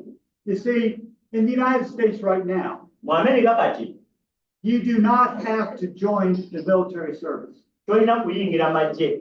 It's all on a voluntary basis. Okuyingira amagye ddembe lyo gwasalawo ti kangende mpeereze mu magye. So you might think, well, why do I need this statement? Oyinza okwebuuza lwaki neetaaga ekiwandiiko ng'ekyo. Well, at least two reasons we put it in. Waliwo ensonga bbiri lwaki kyateekebwamu. There may come a time when our country requires compulsory military service for all the young men. Wajja kutuuka ekiseera nga eggwanga lyetaaga abavubuka bonna bavuumulo muyingire amagye kya tteeka. We had it for many years. kyali kibaddewo emyaka mingi but they don't have it right now. naye kaakano tekiriiyo. But the other reason is Ensonga endala y'eno wano may be young men or women wayinza obeerawo abaana abavubuka oba abawala who were not Christians when they joined the army voluntarily. nga baali si bakristaayo ne bayingira amagye nga baagadde But then they found Jesus. naye ne basanga kristo oyo mu They magye found the truth about God. ne bamanya amazima ku Katonda They joined his church. ne bayingira ekkanisa eno But now the government says, naye gavumenti egamba well, you voluntarily joined, wayingira mu magye knowing you would be required to carry a rifle and shoot. When you joined the army, wayingira amagye you did it of your own free will, gwe muyini wayingira oyagadde knowing you might be required to carry a rifle and even kill people. ng'omanyi nti olina okusitula emundu okuba abantu And we expect you to fulfill your commitment. era tukusuubira okutuukiriza kyewayeyama okukola But that person can now say, naye omuntu yagamba nti but I've accepted a faith that does not allow that. naye nze nzikiriza okuyingira ekkanisa etakkiriza kukola ebyo. And my church, in their bylaws, states that we are opposed to this kind of killing. naye ekkanisa yange gano ge mateeka gaayo egamba nti tetukkiriziganya na kuggyawo obulamu. So that's why we put that in. Obulaba bakiteekamu. You may not need or want something like that in your fundamental principles. Oyinza obutakyetaaga mu principles zaffe wano. We believe all of this is included in the first statement. Naye tukkiriza nti bino byonna biri mu Bayibuli. We believe the Bible is our creed. Bayibuli tukimanyi nti kyekugamba And I kyekiragiro think kyaffe. all of those principles are taught in the Bible. Era manyi nti ebyo byonna biri mu Bayibuli. But for everyone who doesn't understand them, naye omuntu yenna atakitegeera we've just spelled out a few things specifically that might be confused otherwise. tuva kwogerako ku nsonga ezimu eziyinza okuba nga zibuzaabuza. I have in my computer a paper that was written by John Stevens, Alina mu kompyuta ye ekiwandiiko ekyawandiikibwa John Stevens. and he worked in the Religious Liberty Department of the General Conference. Yakola mu General Conference mu katundu akali ku ddembe ly'okusinza. But in this paper, Naye mu kiwandiiko kino he excuses the abortions in Adventist hospitals under the guise of religious liberty. nti yali akkiriza mu malwaliro baggyemu embuto mu ddembe lyakugamba ddembe lya muntu kale kaŋŋambe bwendi. But my friends, that woman who is now pregnant, Naye kati omukyalo oyo ng'ali lubuto almost in every case, with very few exceptions, mu ngeri kumpi zonna nga oggyeko bintu bitono is she pregnant because she didn't choose to be pregnant. ali lubuto kubanga nti yalondawo kuba olubuto. It's true that some women become pregnant by rape or incest. Omuntu asobola okufuna olubuto olw'okuba bamukwata oba nga waliwo engeri yonna etali nnungi. But most pregnancies are because a woman chose life as a man. Naye embuto ezisinga ezifunibwa ziriwo olw'okuba omukyala yasalawo n'agenda n'abeera n'omusajja oyo. And unless they are very young and very ignorant, Nti oluusi ayinza okuba muto nga talina kyamanyi. they know what the result can be of doing that. Naye aba amanyi nti kiki ekisobola okuvaamu nga weegase n'omusajja. Now the child is in the mother's womb. Kati oyo omwana kaakano ali mu lubuto. Do we disregard the right of the child? Kati awo tulina okubuusa amaaso eddembe ly'akaana nga kali mu lubuto. God told Jeremiah, I knew you when you were in the womb. Mukama yagamba Yeremiya nti nakumanya ng'okyali mu lubuto lwa maamawo. God accounted him as a person, even in the womb. Mukama yamubalirira nga muntu newankubadde yali akyali munda. And I believe that we need to stand for the rights. Bannange tukkiriza nti tulina okuyimirawo ku ddembe ly'abaana abatanaba kuzaalibwa. If a woman becomes pregnant by rape or incest, Omukyala bw'afuna olubuto ng'oba bamukutte bukwasi, it's a terrible thing. kintu ki kirungi I believe she needs our support. era yeetaaga okuwagirwa. That child is still, Naye n'omwana oyo yeetaaga okukuumibwa. and that woman may not be able to want to raise that child. Nti omukazi ayinza okuba tayagala kubanga ayinza obutasobola kulabirira kaana ako. She may be so traumatized by that experience that she cannot raise that child. Kiyinza okuba nga kimuyisa bubi nga bwali kimulira akaana ako ajja kujjukira embeera embi yayitamu. And this is where the church needs to come in Awo nno kanisa kati weetaaga okuyingira mu and nsonga. find good parents who can adopt the child. Neefuna akaana ako neenonyeza akaana ako abazadde abayinza okukakuuma. So we've talked here today about the charter Tongedde wano ku nsonga okugamba ku in the bylaws, amateeka n'endagaano it may be out of power.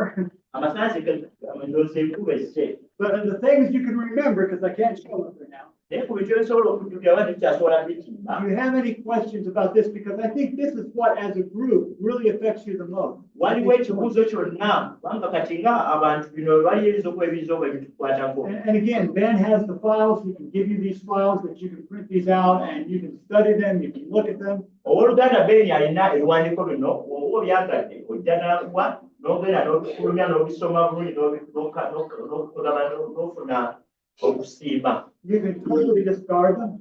Oba oyinza osalawo n'ogamba You can make adjustments. oba oyinza ogamba abantu batukyuseemu wano na wano. You can use them almost like they are if you want. Oyinza obikozesa nga wandyagadde. But I think they're worthy of your consideration, at least to consider looking at. Naye kibamba kigwana okuba ng'obitunulamuko n'otekkaanya. I don't know of any other church groups that are this well organized and have things written down this plainly. Simanyi waliyo ekitongole ekyekanisa ekiyinza okuba n'ebiwandiiko ng'ebyo nga bwe tubirabye wano nga wali ekirala kirina ebiwandiiko bwe bityo. But I think if you will read these documents carefully, Naye ndowooza bw'osoma ebiwandiiko bino n'obwegendereza you will see that we have tried to protect the individual's rights, ojja kulaba nti tugezesaako okukuuma eddembe ly'omuntu, their freedoms as much as possible. eddembe ly'omuntu nga bwe kisobokera ddala.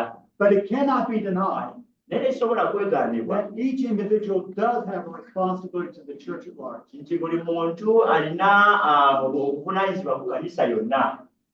So are there any specific questions on funding or membership or church order, the discipline and all, just anything? Singa aliwo ekibuuzo ku membership ku tuntu ekumi esente n'ebiziro osobola okubuuza. Thanks for the opportunity and the presentation of them.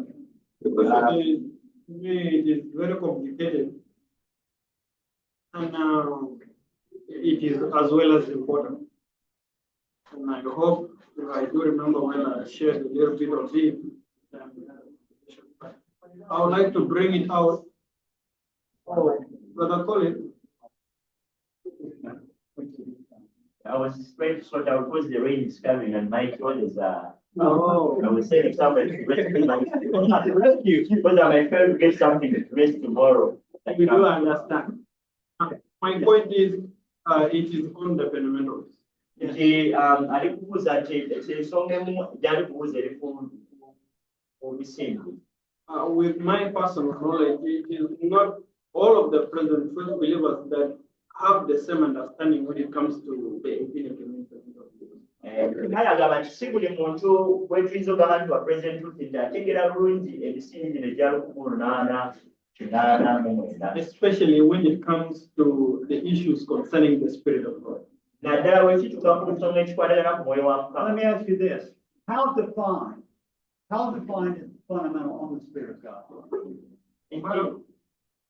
If you look at the 1889 fundamentals, how defined, how definite, how specific is the fundamental on the Spirit of God? It's Not very defined, is it? No. Yeah, sure. No. So we would go back to the Bible and try to find a Bible consensus. But let me just say something that I think will cover more questions. Kati kyonna alina kyabuziza nti The purpose of what we're doing now ekizegendera ki kye tulikola kati is not to hammer out every fundamental. That's not our purpose. sigamba nti Or not to get everyone figured out and precisely defined. sigamba nti buli muntu akugamba okuba ng'osumulula buli kimu kitegerekeke. And that may need to be done. Naye ate nekyo kyetaagisibwa. But that's where you get all your people together and call a Bible conference. Awo kyova nti buli omu alina okugenda okumanya bantu bo mutule mu lukiiko lwe Bayibuli. Those matters should be worked out in a Bible conference. Ensonga ezo zirina okwongera okusumululwa mu Bayibuli ng'abantu bazitegere bulungi okuva mu Bayibuli. Now, there are some other points Waliwo ensonga ezimu era that I don't think we need a Bible conference to fix. ze tuteetaaga nnyo okutuula mu lukiiko lwa Bayibuli And I'll give you okuzitegeka. a couple concrete examples. Katuweeko eryokulabikako ekagamba ekyokulabirako ekigumu. One is the teaching or the doctrine that God does not destroy. Enjigiriza ng'eri mu Katonda tasobola kusaanyaawo. I believe that contradicts a lot of Bible verses. Ekyo kikwatagana na nnyiriri nnyingi mu Bayibuli. It does not negate the mercy and the love of God. ekyo tekikwatagana na kisa n'okwagala kwa Katonda. Sherry and I had been out for a Sabbath drive. Nti Sherry naye baaliko wabweru nga bali mu kutambula ku Ssabbiiti. We went up to a very high place where you could see the long way. It was just beautiful. Baagenda mu kifo ekyawaggulu ne balaba ng'olabengera wansi ng'ensi bw'eri ennungi. We had a nice hike that afternoon. Ne bafunamuko oba hiking kyusedde mu We were Luganda. driving home at night, Kati baali bavuga nga baddayo waka ekiro. and a deer walked out in front of our car. Wali ekisolo kye bayita ddiya kalinga kabuziwe kati ne kajja ne kasala mu maaso g'emmotoka. And I am going too fast. Ate nga yali ali kuvuga speed. Because sometimes an animal will just bolt out in front of you and you can't stop. Abamanyi ebisolo mumanyi emisembenze gyayo kiva bubyeri ne kisala ne kingira ekkubo. So the car hit the deer and it went that way. Emmotoka yatomera ekisolo kino ne kiva eri. I pulled the car off, N'azigya emmotoka ku luguudo went over and looked at the deer. n'agenda n'atunula ku kisolo kyatomedde kyatonye. Kyali tekifudde But its leg is broken. naye ekigere kyali kyali I kimenyese. mean, like really broken. Nga kimenyese ng'olaba kirengejja. It's probably been injured inside that I can't see. Kirabika kyalifunye n'obukosefu munda muli nga talaba. But the one thing I know, Naye kino kimu ky'amanyi that deer is going to die. ng'amanyi nti ekisolo kyo kigenda kufa. I could be the best veterinarian in the world, and I'm not going to say that.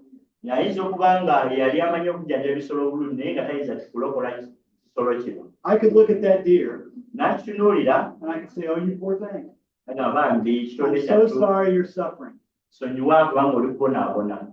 Or I could do something, put the deer out of its misery. Oba ng'ayinza okubaka nekyakola okujja ekisolo kino mu kubonaabona okwo. And that's what I did. Era kye yakola. I'm going to tell you, I hated to do it. I hated to do that. Nti kugamba nti yayagala kukikola. I didn't want to kill that deer. Yayagala kutta kisolo kino. I cried. Yawulira muli okukaaba. I was just upset for days over it. Yamala ennaku ng'emirembe zimuweddeko. But my destroying that deer Naye okusanyawo kw'ekisolo ekyo had nothing to do with my love or mercy. kyali tekikwatagana ku kwagala kwe oba ekisa kye. Or I should say a lack of it. Nti wali yali talina kisa oba It kwagala. was because I cared for that animal Naye kiri nti olwokuba yali afaayo nnyo ku kisolo kino and I wanted to have mercy toward it n'aba n'ekisa gye kiri that I killed it. n'akitta n'akimaliriza. Now, there's people who think God is too merciful to destroy the wicked. Abantu abalowooza Katonda alina ekisa kingi tayinza kusaanyaawo bantu babi. But I believe he's strong enough to do that. Naye nsuubira alina amaanyi mangi okikola. Not just simply powerful enough, but strong enough emotionally and mentally. Kigamba nti kuba n'amaanyi buli naye ne mu birowoozo alina obuyinza okusobola okukwasaganya embeera eyo. He's not going to turn that job over to someone else. Tagenda kugamba nti akwenyambako wanzikirewo. And that is specifically mentioned in the fundamentals. Era ekyo ne mu misingi mwekiri. So someone asking for membership that believed that, Omuntu aba ng'asaba okubeera omu ku ffe, they would not get my vote. kubandi ng'akkiriza bwe tayinza obutansiima. There are other doctrines that you can think of, Wali enjigiriza enzimu z'oyinza okulowoozaako. and it seems like we attract a lot of strange doctrines. Ne kibanga tulikwaniriza enjigiriza ezitamanyikiddwa. And I think that's because Naye kino kiri lwakubanga most of us are very open-minded. abantu abasinga ku ffe tulina ebirowoozo ffe bikule. We wouldn't have been open to learn about the false Trinity if we weren't somewhat objective. Tetwandibadde nga tuyiga ku nsonga y'etwinde singa tubadde tulina endowooza endala. And so this message, it attracts people who have open minds and who like to think. Nti obubaka buno busikiriza abantu alina ebirowoozo ebikule nga baagala nnyo okwerowooleza. But sometimes it also attracts people who are very smart and know how to present something that may not be true. Era oluusi kireetera n'abantu abali kugamba abantu abagezigezi abajja kujja nga basobola okubuulira ekintu oluusi ne kiba nga si kituufu naye ne bakyusakyusaawo. And I've heard people preach things that were not right. Awulidde abantu bangi nga babuulira ebintu nga si bituufu And I listen in the congregation, naye ng'awulira ab'ekibiina and the people will be saying, oh, wasn't this wonderful today? naga leero ng'ekintu kinyumye nnyo kino naye nga Boy, I was sure glad to learn that new truth. nanjagala obiga amazima ga mapya. 5 minutes later, Dakika 5 emabega if I asked them to explain that truth to me, n'agamba nti munnyonnyoleko amazima ago they would have no idea how to do it from the Bible. tebayinza nakusobola kukiggya mu bayibuli. But someone made it sound good. Naye wali omuntu eyakiwulira yakutte ekyobulimba n'akiwoomesa. You know, Jesus said, be careful what you, Yesu yagamba tulina okugenza bye tuwuliriza. you be careful what you hear from me. Beera wegenza ku ekyo ky'owuliriza okuva gye ndi. You be careful if it's Brother Eric or Brother Jordan or whoever. Beera mwegendeza ng'owulira brother Eric oba owuliriza brother Ben oba brother omulala ng'ayogera olina okuba And mwegendereza. I think all those men would amen when I say otherwise.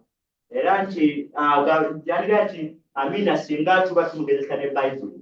And there are other minor points that we may have to work out. You may need a Bible copy. Wali ensonga endala ntono ezeetaaga okuba nga tugenda mu kwiga Bayibuli. But the people I'm working with, Naye abantu bakola nabo. and I hope you'll want to work with me and those people. Era nsuubira nti twateekedde okukola wamu naye n'abantu abo.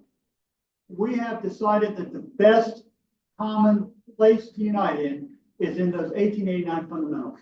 Twasalawo nti ekifo kye tusobola okwegattira wamu ffenna gyegyo emisingi egya 1889. Because they define the message, the fundamental points that was believed during the time of Ellen White. Kubanga ziraga obubaka n'ebyo ebiseera by'aba Ellen White bye baaliwo bye baali bakkiririzaamu. The points that she approved of.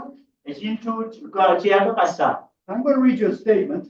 Bagenda tusomeraku wano ekiwandiiko. And I can almost quote it verbatim, but I want to make sure I don't get it wrong.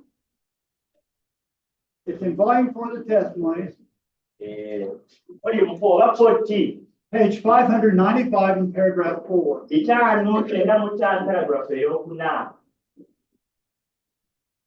And you have to understand this was written in the early 1880s, around 1881. Kino yakyawandiikibwa mu myaka gya 1880 oba 1881. So it's between that 1872, 1889 period. Kiri wakati wa 1872 mpaka. You want to write this reference down. Ndowooza muwandiike quotation eyo. When someone tells you the Trinity is true and the church believes the Trinity, write this down. Omuntu bw'aba agamba nti kanisa ntuufu okukkiriza mu Trinity owandiika kino. 4T 595.4. 4T 595.4. It is asserting that we have the truth. Nti mbu kugamba tewali kuwakana nti tulina amazima.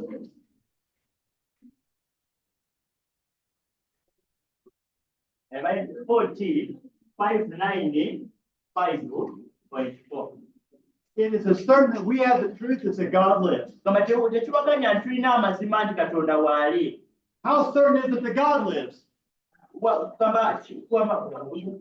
Waliyo ngeri waliyo kyowakana nti Katonda taliiwo. Are you sure God lives? Mukakasa nti Katonda Then waali it's mulamu. just that sure we have the truth. Ekyo kikakafu nti Katonda waali. And Satan, Era ne Sitaani with all his arts and hellish power, n'amagezi ge gonna n'emaanyi ge agageerena cannot change the truth of God into a lie. tasobola kukyusa mazima agali mu Katonda. Now, do you believe that? Agakyuse nti bulimba. I do. Era tukikkiriza. No one in the church at that time believed in the Trinity. No one. Teri muntu mu kanisa biseera ebyo yali akkiriza mu busatu. Now, there is this idea taught today Waliyo endowooza zino ezoogerwa ennaku zino. that Ellen White was always a Trinitarian. Ellen White yali nga naye akkiriza mu busatu. She always believed in the Trinity. Bwe yali akkiriza mu busatu ebbanga lye lyonna. She just didn't say anything. Naye talina kyeyayogera ku busatu. The brethren weren't ready for the truth yet. Abooluganda baali tebeeteeseteese mazima. And she had to gradually bring it into the church. Era nti yali alina okiyingiza mpola mpola. Can you imagine anything so absurd? Wulira ekintu ng'ekyo kinakuwaza. You know, here she brings in health reform. Wano aleeta ebyobulamu. She helps us with many other things. N'atuyigiriza ebintu ebirala bingi. But she waits 50 years to tell us who God is. Naye n'alinda emyaka 5 okutubuulira Katonda kyali. And then after neglecting it for 50 years, Era nti emyaka 5 nga gibiseeko. she says we need to hold on to the faith that we've had for the last 50 N'agamba years. nti tulina okuba nga tunyweza okugeza kwe twalina emyaka 5 emabega. But the phrasing in this is important. Naye engeri gy'okwasaganya ensonga yo kya mugaso. It is asserting that we have the truth as it comes. Kugamba tewali kuwakana nti tulina amazima nti Katonda mulamu. She did not say it is asserting that I have the truth. Yagamba nti kugamba tewali kuwakana nti zenna amazima. And the brethren are in error. Nti bali baganda bange bo balimba. No, we, Yagamba collectively, wagamba we wategeeza ffe we have the truth. tulina amazima ffe. And I think that we have a certain truth on the organization and we need to follow it. Era nti tulina amazima ku nsonga y'okweteekateeka naye tulina okugoberera. Any other question? Waliyo ekibuuzo ekirala? We're almost done. Okay, you're off there now? Because you don't have any Wi-Fi, right? Not yet. Oh, no, it still has power on, bless its heart. That's a good idea to have power back. Yeah, okay, so we're gonna have to close our meeting, but it's almost time to shut off today anyhow. Tusemereddwa kubanga tukomaze saa 8:05. Tonight, I want to talk to you a little bit about how a world church works. Eggulu agenda kubayogera ku ngeri kanisa y'ensi yonna bw'ekola. So that as you get together as local churches, Tusobola otuwegataamu ng'amakanisa aga wansi, as you form a national church, ne mukola ekkanisa ey'eggwanga nga Uganda. how you can come in and help us, and we can help you as national churches working together as a world church. Era nti kanisa ey'eggwanga kati esobola okukolera kuggana wamu n'ekkanisa ey'ensi yonna. I love all of you. Atwagala nnyo ffenna. You've been precious to me today. Tubadde bamuwendo nnyo gy'ali. I don't feel like I've been in the pit. Tawulira nti abadde mu kasasiro. I'll explain that later if you ask. Ajja binyonyola gyebuddako. But let's have prayer. And then we'll meet back at 5 o'clock, I believe. It'll be right Tubeera ku back. saa 10 Okay, we'll have time for lunch today and a break and get in before the rain comes. Let's pray.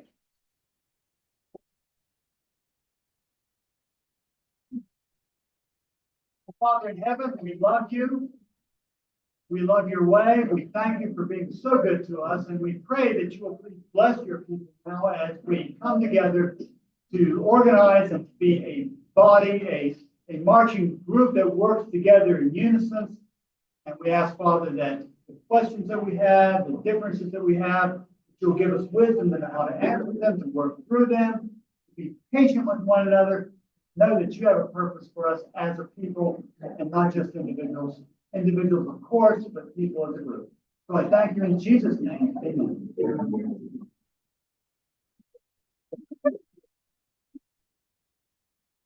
Praise the Lord for that.